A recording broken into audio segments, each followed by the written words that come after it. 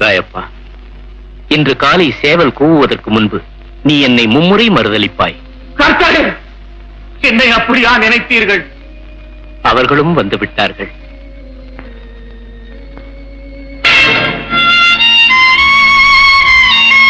நீங்கள் யாரை தேடுகிறீர்கள்? நசரேயனான இயேசுவை. நானே அது. குருவே, வணக்கம். யூதாஸ், உன்னுடைய குருவை நீயே முத்தம் கொடுத்து காட்டிக் கொடுத்தாய். ராயப்பா, உடனே இந்த வாளை உரையிலிடு. ஏனெனில் வாள் எடுக்கிறவன் வாளால் தான் அழிவான்.